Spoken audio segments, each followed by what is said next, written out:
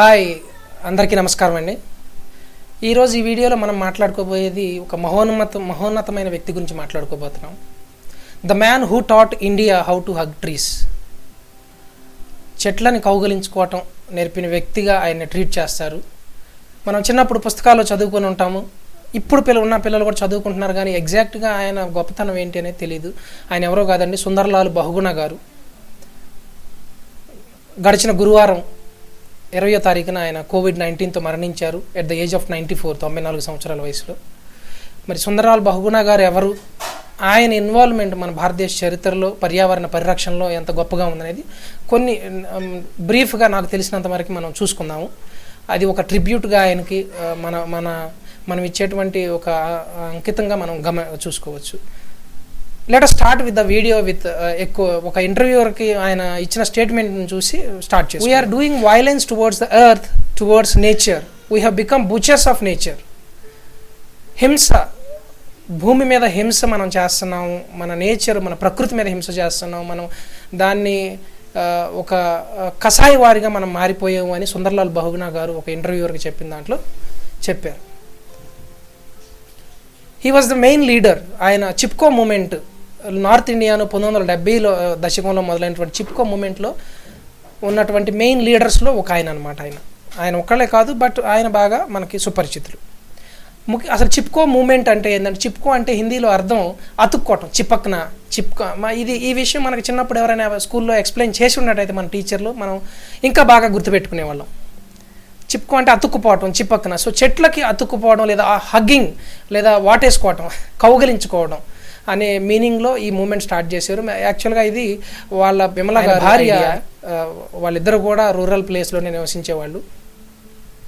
మరి యాక్చువల్గా ఈ హిమాలయాస్లో ఈ చిప్కో మూమెంట్లో భాగంగా మనం దీన్ని ఒక విజువలైజ్ చేసుకోగలిగితే, చెట్లకి తమను తాము కట్టేసుకుని చెట్లను నరకనీయకుండా, చెట్ల కంటే ముందు మనం అంటాం కదా కొన్నిసార్లు, నా శవం మీద దాటి ముందుకెళ్ళి ఎవరైనా మనం ప్రొటెక్ట్ చేసేటప్పుడు ఆ విధంగా చెట్లను ప్రొటెక్ట్ చేయడానికి అక్కడ ఉన్నటువంటి ప్రజలు హిమాలయ, నార్త్ ఇండియాలో, ఉత్తరాఖండ్లో వాళ్ళు ప్రదర్శించినటువంటి ధైర్య సాహసాలు, లేకపోతే వాళ్ళ ప్రేమని, నేచర్ని కాపాడుకోవడానికి చేసిందే ఈ చిప్కో మూమెంట్ స్టార్ట్ అయింది.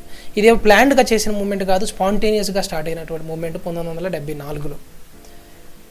It was also become a movement that brought to the world's attention the devastation wrought by the environmental crisis. ఈ వరల్డ్స్ హైయెస్ట్ మౌంటైన్స్ హిమాలయాస్లో ఈ ఎన్వైర్న్మెంట్ ఏదైతే మనం ప్రకృతిని పాడు చేయటం వల్ల, డిఫారెస్ట్రేషన్, ఆ చెట్లను నరికివేయడం, అడవులను నరికివేసి ఈ బిల్డింగ్లు కట్టడానికి కానీ లేదా కలపగా వాడటం అనే దానివల్ల ఎంత ప్రకృతి పాడైపోయింది అనేది విషయం వరల్డ్ అటెన్షన్ తీసుకురావడానికి కూడా ఈ మూమెంట్ లేదా ప్రపంచం అంతా దీని మీద దృష్టి సారించడానికి ఉపయోగపడింది అనమాట. దీనికి బిగినింగ్ ఎక్కడ అంటే 1970లో ఉత్తరాఖండ్లో భయంకరమైన వరద వచ్చింది. వరద రావటం వల్ల అక్కడ ఉన్నటువంటి ప్రజలు తమకున్నటువంటి ఆస్తులన్నీ కోల్పోయారు. అప్పుడు దెన్ దే రియలైజ్డ్ ఇది అసలు ఎట్లా ఒకదానికొకటి ఎలా link, deforestation, land slides, floods, ఒకదానికొకటి లింక్. అడవులను నరికివేయటం, దాని నుంచి ల్యాండ్ స్లైడ్స్ అంటే కొండ చర్యలు విడిగిపడటం, హిమాలయాలు అంటే మనకు తెలిసిందే మంచు పర్వతాలు ఎక్కువ ఉంటాయి, వాటి నుంచి మరి మంచు కరిగిపోయి వరదలుగా వచ్చేసేసి అక్కడ ఉన్నటువంటి ప్రాంతాలని. అప్పుడు వాళ్ళు రియలైజ్ అయ్యి ఆఫ్టర్ 3 years ఈ బహుగుణ గారు, ఆయనతో కలిసి ఉన్నటువంటి వేరే యాక్టివిస్టులు, ఈరోజు మనం మాట్లాడుకున్నది ఆయన గురించి కాబట్టి మిగతా వాళ్ళ పేర్లు మనం ఎక్కువగా నేను మర్చిపోయినా నన్ను క్షమించాలి. ఆయనతో పాటు సమానమైనటువంటి యాక్టివిస్టులు ఎంతోమంది ఉన్నారు. వాళ్ళు దే బిగాన్ ఎంబ్రేసింగ్, ఆరాధించడం లేదా వాటిని కాపాడుకోవాలి ఎలాగైనా. ఇన్ఫ్యాక్ట్ యువకులు వాళ్ళ రక్తంతో, మనం అంటాం కదా కొన్నిసార్లు రక్తంతో ప్రతిజ్ఞలు చేశారని, ఆ విధంగా దే టుక్ ఓత్స్ లేదా ప్రతిజ్ఞలు, బ్లడ్తో కూడిన ప్రతిజ్ఞలు చేశారు. ఏంటి, మేము నేచర్ని కాపాడుతాము అని. అక్కడ ఉన్నటువంటి young men.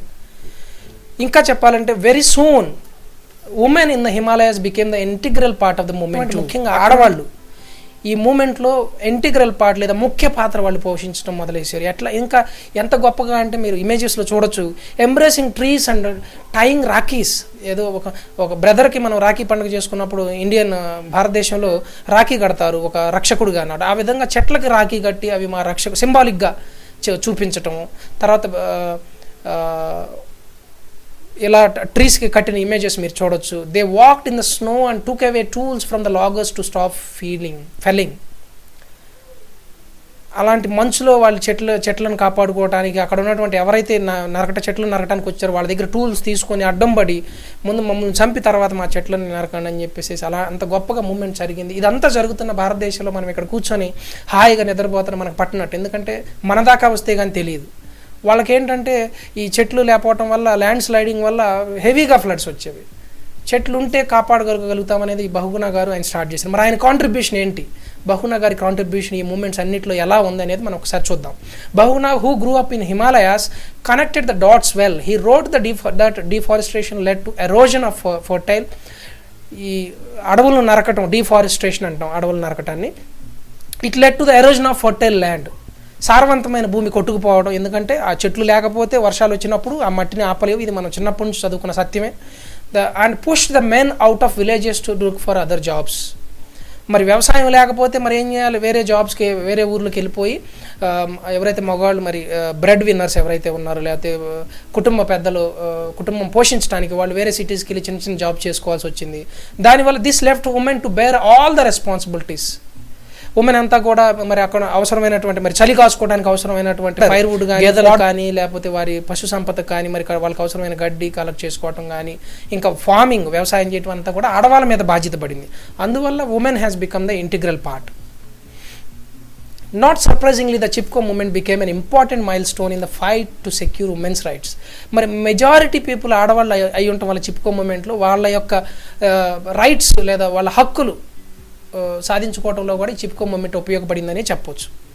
Over the years Bahuguna with his flowing beard, అంటే ఆయన మీరు ఇమేజ్లో గడ్డం పెంచుకొని ఒక తలకట్టుతో, ఆయన ట్రేడ్ మార్క్ తలకట్టుతో ఒక్కొక్క మైల్ స్టోన్ దాటుకుంటా స్ట్రెంగ్త్ టు స్ట్రెంగ్త్ ఆయన ఉన్నటువంటి ఆయన ఏదైతే అనుకున్నాడో అది సాధించుకుంటూ వచ్చాడు. కొన్ని మైల్ స్టోన్స్ మనం చూడొచ్చు ఇక్కడ.